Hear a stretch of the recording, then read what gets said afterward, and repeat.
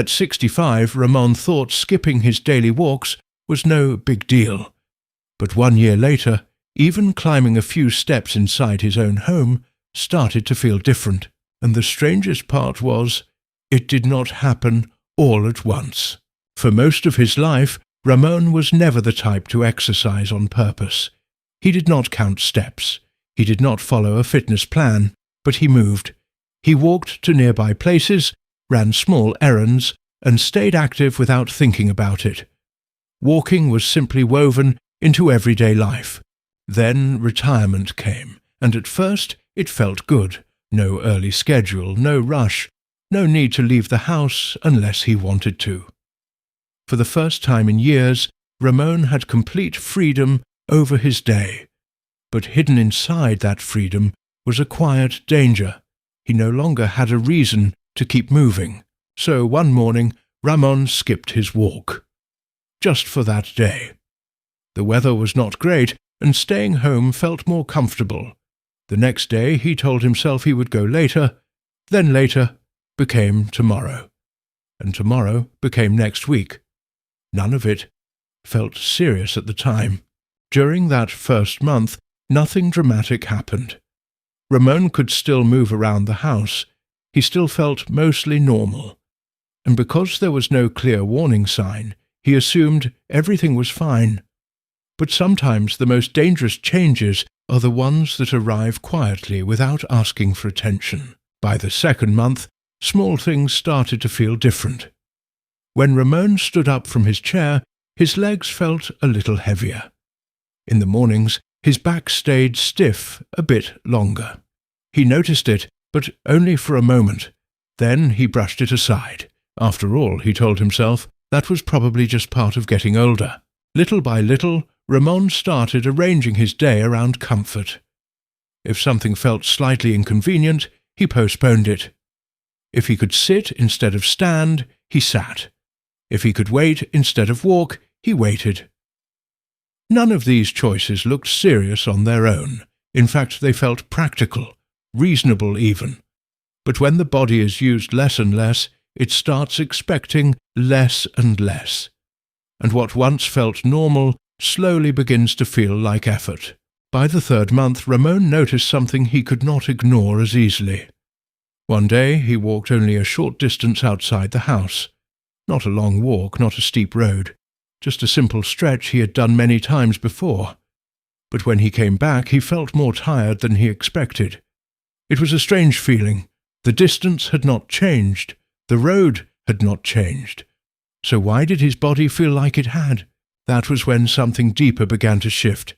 It was not only his strength, it was his confidence. Ramon no longer trusted his body the same way. A walk that once felt easy now felt uncertain. A few extra minutes outside felt harder to commit to.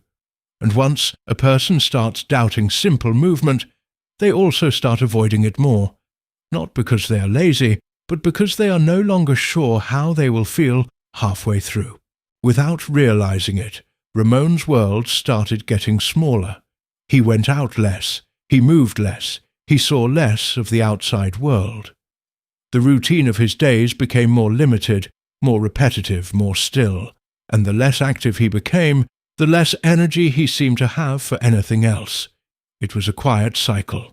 Less movement led to less energy. Less energy led to less movement. And with each passing week, that cycle became harder to break. The first real warning did not happen during some dramatic event. It happened during an ordinary afternoon at home. Ramon carried something light from one side of the room to the other, then suddenly had to stop and catch his breath.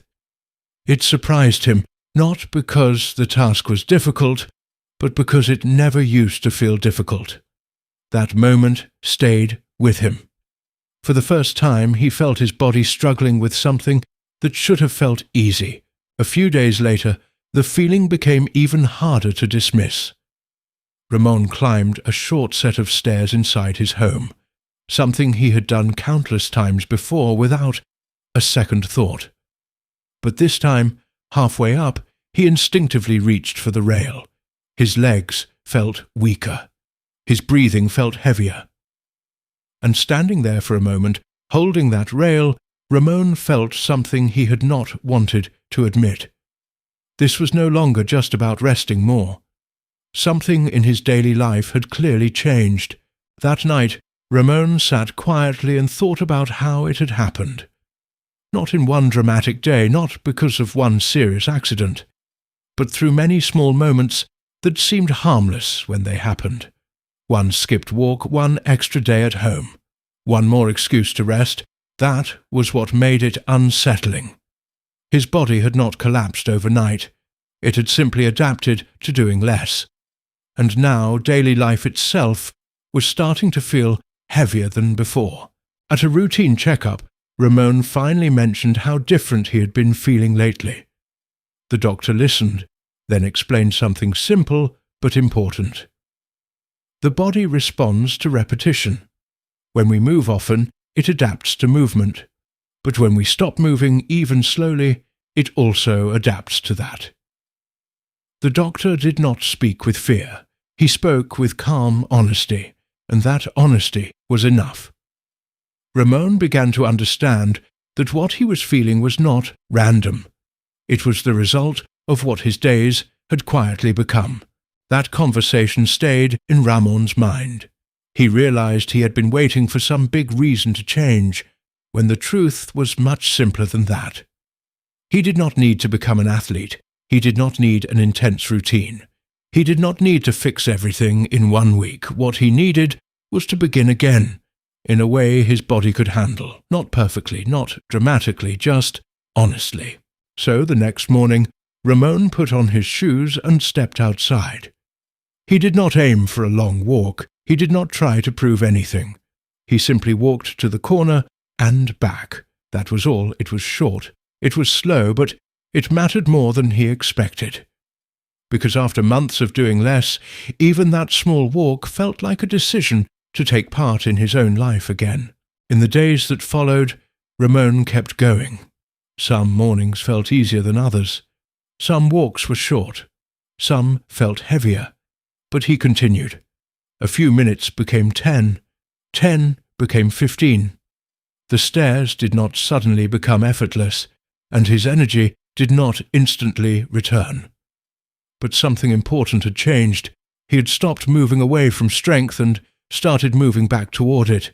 Ramon began to see walking differently now. Before, it had felt like a small thing, ordinary, almost invisible, something too simple to value.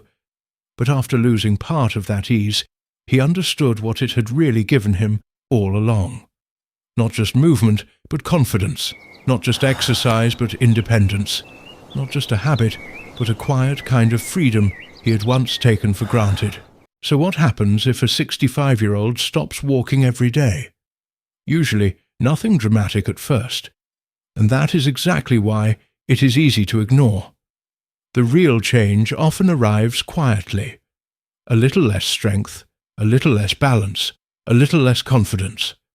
Then slowly, daily life starts asking more from the body than the body is ready to give. And that may be the hardest part of all, not one sudden event, but the slow shrinking of what once felt easy. Sometimes the smallest habits protect the biggest parts of life. If you enjoy simple stories about aging, health, and the choices that shape the second half of life, subscribe to Second Half Stories.